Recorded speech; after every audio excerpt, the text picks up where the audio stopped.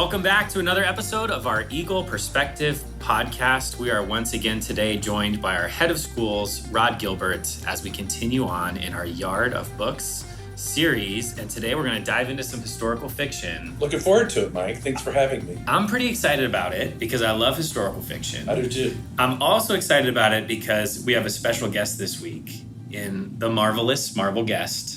We all marvel at her. We do. I mean, she is a marvel. She is a marvel, yeah. I mean, it's like there's obligatory Marvel puns, I think, that if we didn't do, we would just not be up to the task. But first of all, welcome. Thank you. It's fun to be here. We are really glad you're here. I know this is a special time for you because it is. You are retiring at the end of the school year. After how long have you been at Santa Fe? All told, 28 years. Okay.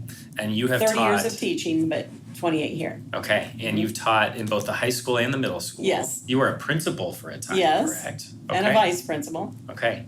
And you are also the funniest person on campus. Amen. Oh, I don't know about that. No, it's unquestioned. So for those of you who don't know at home, typically when somebody leaves or retires, Marvel writes these just hilariously funny pun poems. Is that the best way to describe them? You said it. That's a good way. Okay. And so are you writing one for yourself? I am. Okay. Yes. Really? Because it would not be the proper send-off without an amazing pun from Todd Marvel. asked me to write a couple for some other people who are retiring, and then I said, I'll just go ahead and write my own. Okay. So. And will you be available for hire next year when we have people leave? Like, can that be a side gig? Oh, there you go. Contract punning. My That's next right. occupation. Yeah.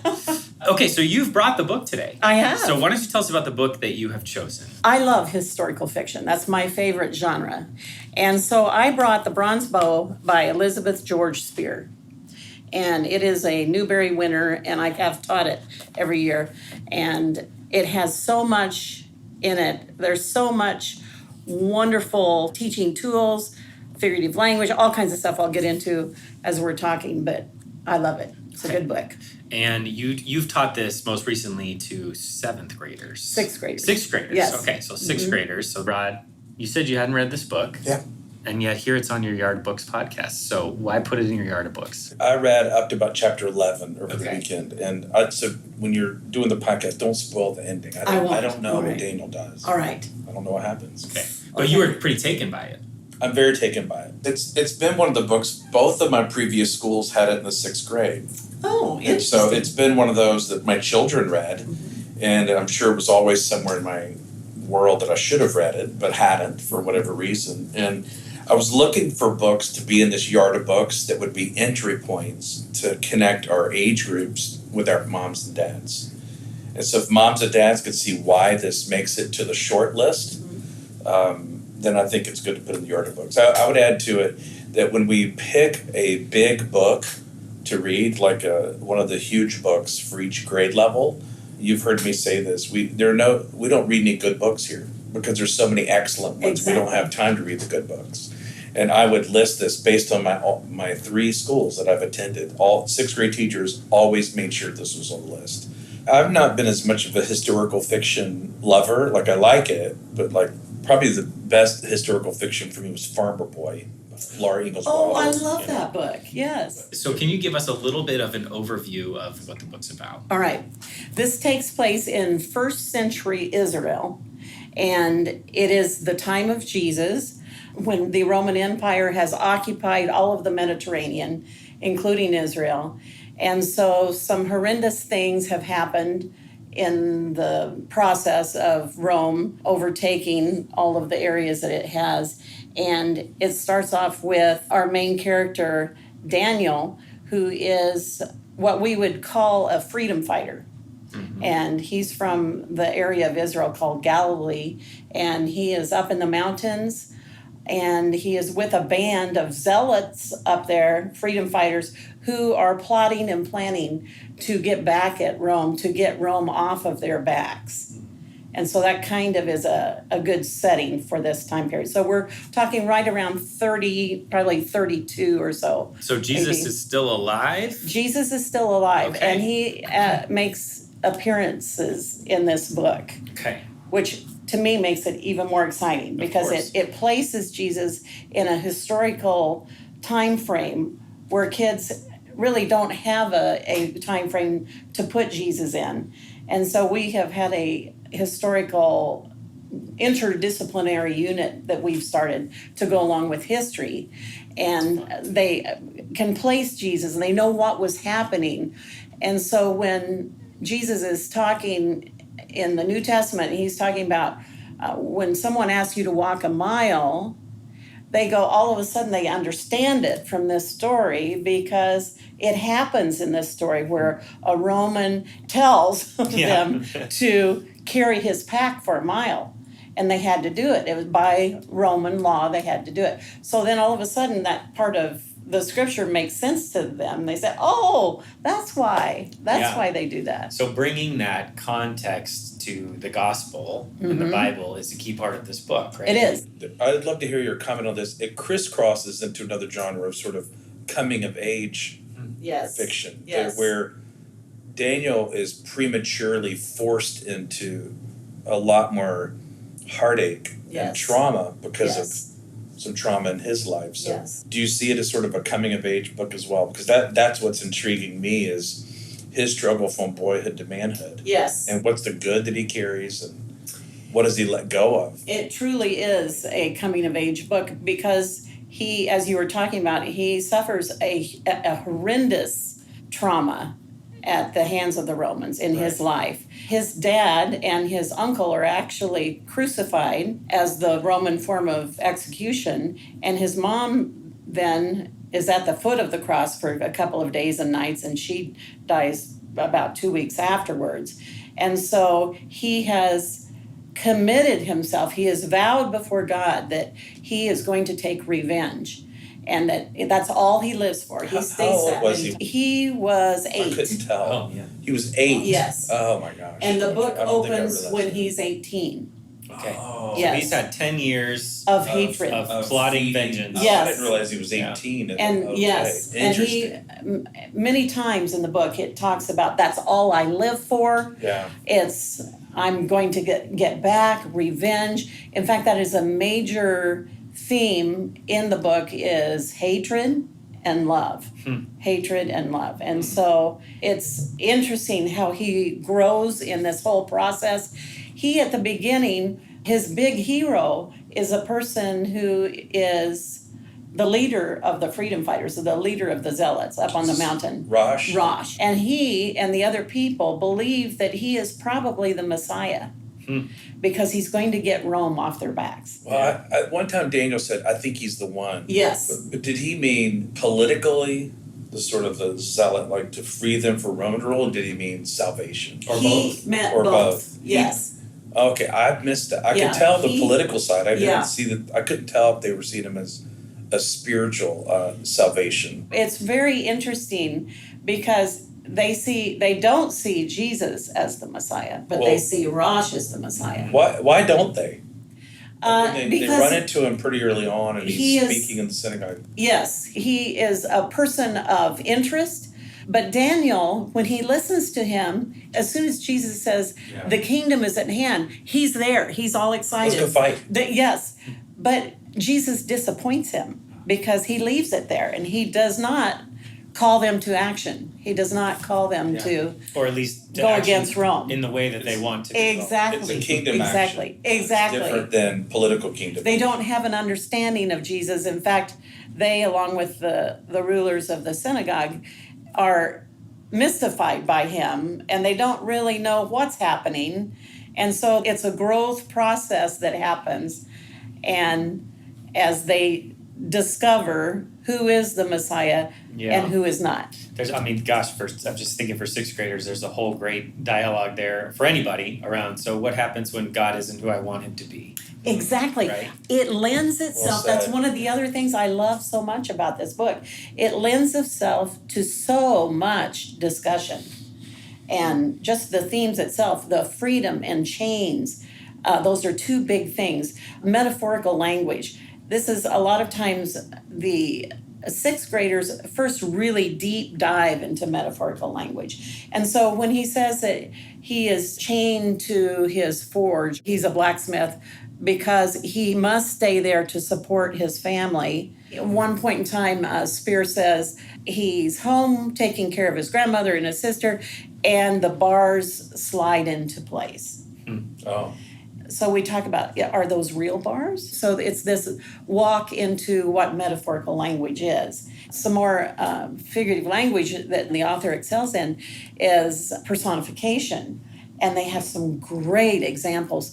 Fear retreated into the corners. Or he looked at her eyes and they were like windows. You have the simile, they were like windows and only fear looked out. Yeah. And so it's some really dramatic, wonderful personification there that they use. Great foreshadowing. Many times in this book, different pieces of scripture are brought in. And one of the scriptures is from John. No greater love has this than a man laid down his life for his friend. Oh, wow. We talk in class about what Jesus calls us his friend. Mm. And how That's right. what an amazing comparison that is. Yeah. That's another thing I like about it. It brings up Jairus' daughter in the Bible. It brings up the Good Samaritan story in the Bible. And it's interesting because I will say, how many of you know what the Good Samaritan story is? And I go through that story because about a third of them don't know that story. And so we talk about that in context. Daniel goes at one point in time, he follows this group. He's looking for Jesus. He's trying to find Jesus. Can't find him. He follows all these people, and you find out it's the feeding of the 5,000. Oh. And Oh my he's gosh. kind of on the end of this group, this crowd, and he says, "What's going on? What's happening here?" And then somebody goes, "What's wrong with you? Did you lose your wits? What's wrong with you? He's feeding us." I saw at one point they called him that carpenter from Nazareth. Yes. Yes. And the historical license that the author took, which helped me from the humanity of Christ, Yes. was he said, "What's he doing in town?" Well, he's teaching, but he's also he's like doing some woodwork too. Right. Yes. Yeah, he got yes. a job. Yeah. He got a contract he's like job. Paul's tent maker. Yes. And He's doing some woodwork on the And- side. That's yeah. probably true. That's like probably I'll, true. I'll Yes. give Speare that license. Yes. That's probably true. Also, he's staying at Bethsaida with Simon. Yeah. They often find him down at the shore, fishing at the shore, talking with the fishermen there, laughing and talking with them. It gives an interesting and good description of Jesus, and their perspective of him is so real. And even the Pharisees and the rulers in the synagogue, Jairus is one of the rulers of the at the synagogue, and they're like, "Oh, get out of his way! Don't let him see us here talking to Jesus." Oh. And he's the one who wants something, and so that's also fun to see that. Yeah.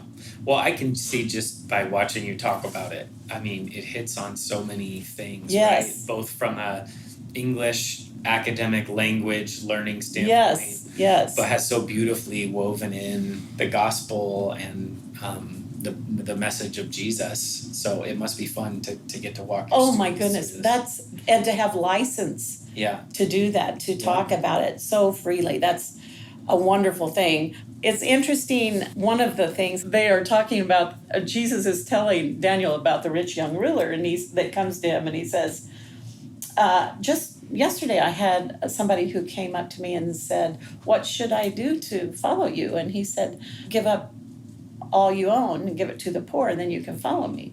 And Daniel, who has not a penny to his name, says, "Well, I'll give you everything I have." Got this, And just a tunic. Jesus has this this little humorous twinkle in his eye.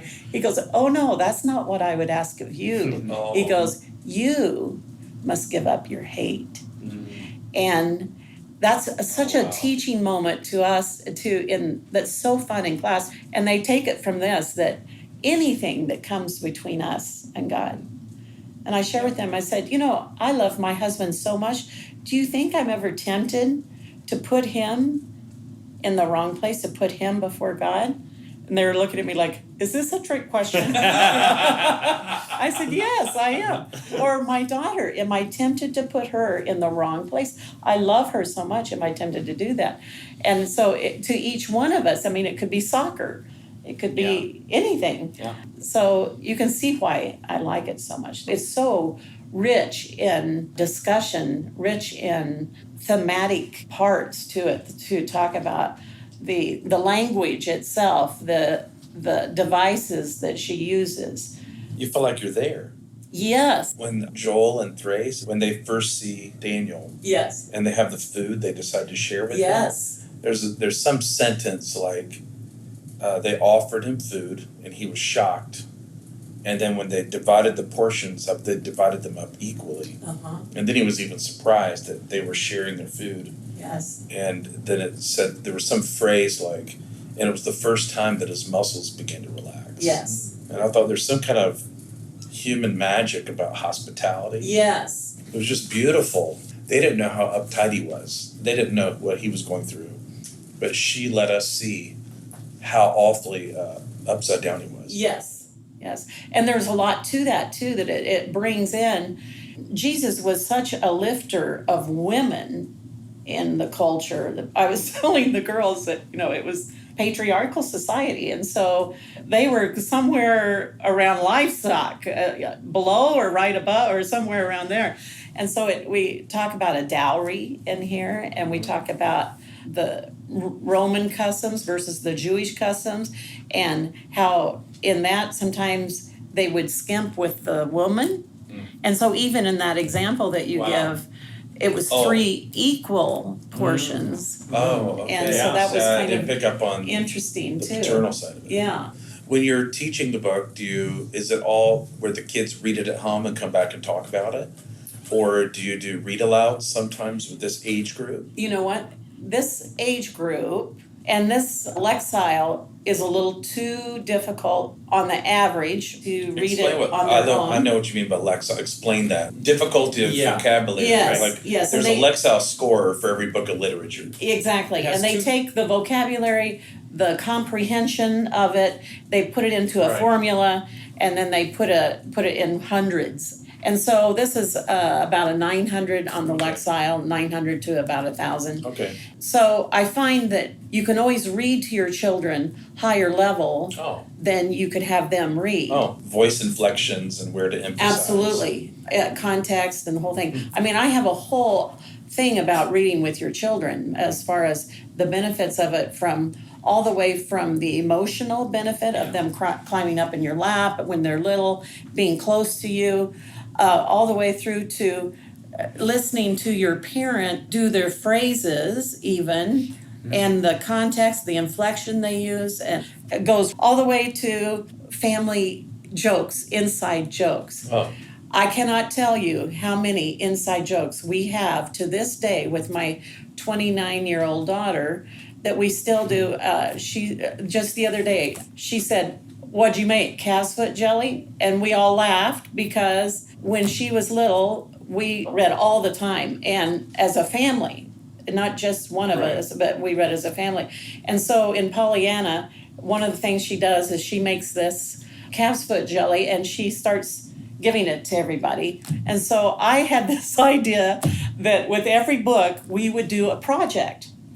And so with Little House on the Prairie, one of those books, we made candles. And so on this one, we went to the grocery store. We found these little calf's feet. I didn't even know they had them. Gosh. They had these, and I took it home and I made calf's foot jelly. And so we all took a spoon after it was all set up and everything. So we all took a bite at the same time, and then we all spit it out at the same time. That's disgusting. And so it was and So you didn't she pass would it always out tell to her the- friends, "Oh, my mom made this disgusting thing," but with every book. But what you did is you took the value of cultural fluency Yes. and you added it to the thumbprint of you into your children Yes. with an active memory. Yes. Right. And Yes. so Oh, she we will all never. do that in different ways. We all do that. We all have different thumbprints. You used a cultural fluency point to put a deep thumbprint on. Yes. And so that becomes sort of the fancy term is the liturgy of life. Like Yes. you're giving them a rhythm of this human journey. And it's beautiful. It is, and it's so Except fun. it's disgusting. It's Yes. gross.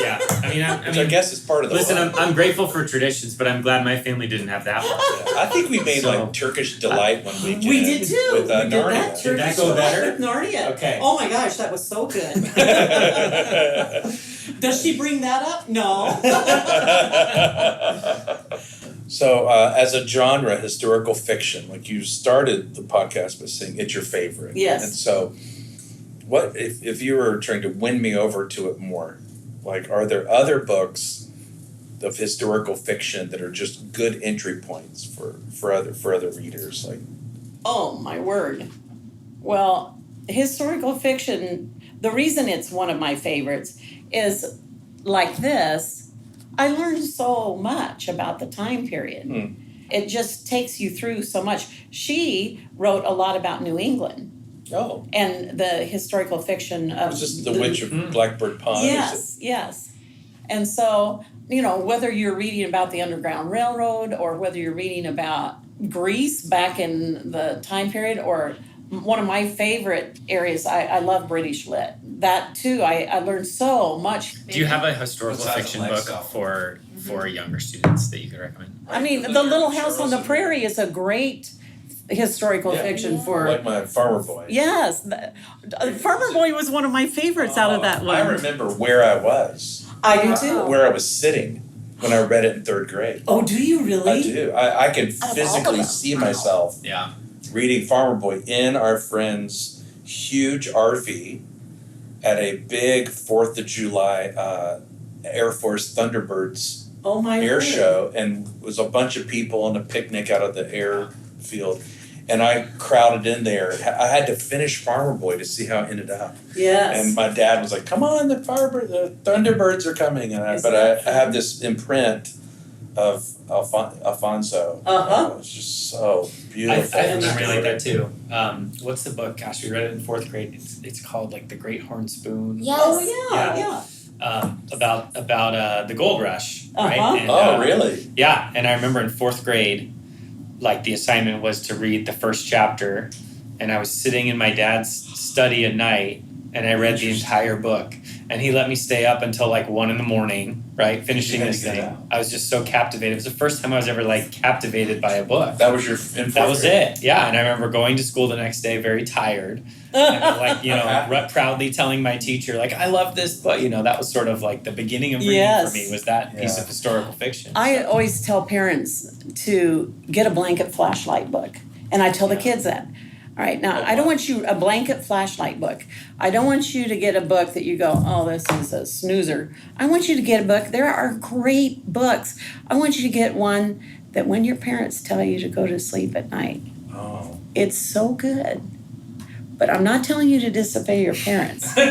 But I am saying that I have heard of people who put a blanket over their head and have a flashlight because it's that good. Oh gosh, that's a great description. Yeah. Yeah. Now, of course, if any of Rod's kids would have done that, they wouldn't have been in trouble. They would have gotten extra Christmas presents. That's right. I would have gotten in bed with him. I've even given that as a present, a little blanket and a flashlight That's and a good. book. That's That's good. beautiful. Yeah. Because do you have kids that come into students that come into 6th grade as sort of haters of reading, Absolutely. and then you get to see the conversion. Yes. You get to see the Yes. conversion sometimes. Like I hated it until 4th grade, until really 4th Did grade, you? 3rd, 4th grade.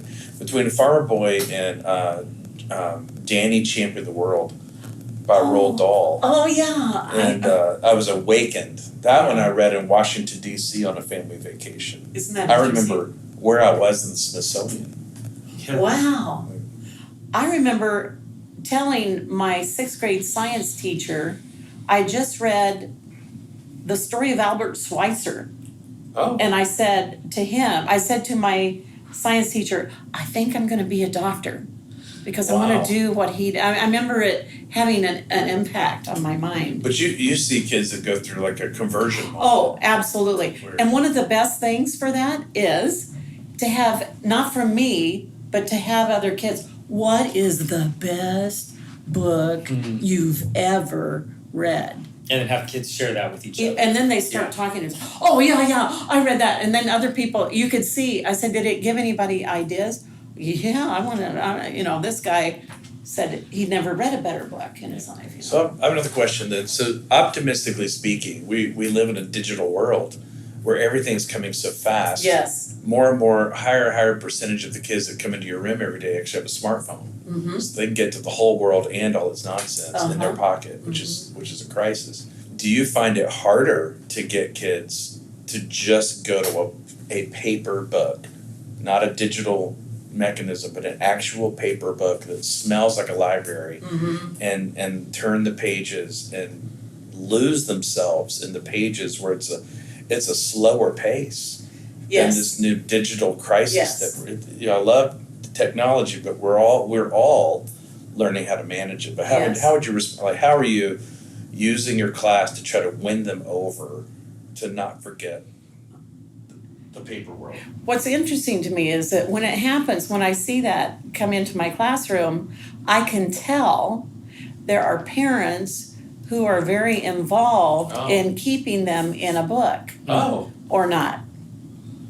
You can tell which children, okay, we got to get this right. You can tell, Miss Gest, which children live in homes that promote books and put aside the digital world. And I can tell it just in our conversation. For instance, the one I was just at, I said, okay, now I don't want just some book. I want the best book you've ever read. And I can tell, of course, in the conversations that come out, well, I had that one, and who even has them.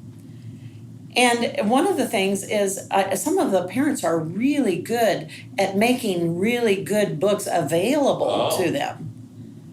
They make a concerted effort to go and get the ones that they really feel like would be of interest, so that when they walk by the table, they go, wait, that kind of looks interesting, type of thing, rather than... The parents are promoting it, making it available, making it easy for the kids. I'm sitting here listening to you say this about parents, right? I have a 6-year-old who's finishing kindergarten, and my first thought is, where do I go to know where those books are? Those great books, and I'm sure there's lots of parents listening. How do I find these books that will captivate my kids and give them this love of reading? Well, there are several places. One, I have a lot of people who just will follow a Newbery list or something. I mean, they call them good books for a reason. They have all kinds of lists. There's a lamplighter list. There's a classics list. American Library. You do have to be careful what you're presenting. Are they aged? Is there anywhere that's first, second grade, here's the right... Yes, they're all graded. For instance, if you go into Barnes & Noble, my favorite section in Barnes & Noble is the little kids section. And so I go in there and I see what's available, and they have it, graded as far as, is your kid in, have they gone from picture books now into the next books, and the chapter books, and some are tried and true. I remember talking about a book of Alexander and the Horrible, No Good, Very Bad Day. That's a little kid's book, but they just love that. Anything that has humor in it, and he ends up by saying, or I'll just go to Australia. Well, Marvel, thank you so much for being here. And thank you beyond that, just for your amazing contributions to this community over so many years. It won't be the same without you. Well, that's kind of you to say. That's very You are kind. leaving quite a legacy. Well, yes, you are. Well, thank you. That's very kind. And Rod, of course, thanks for joining us again. Looking forward to whatever book we have next time. I'm enjoying this so much. I can see why. Yeah, my reading list is getting pretty long here. Learning how to look at books through a different lens. It's been a lot of fun. It's been great, and we'll continue again. Thanks to those of you listening wherever you are. This has been another episode of our Eagle Perspective podcast. If this is your first one, you can find other episodes on Spotify, Apple Music, or other places where podcasts are available, and we will join you again soon.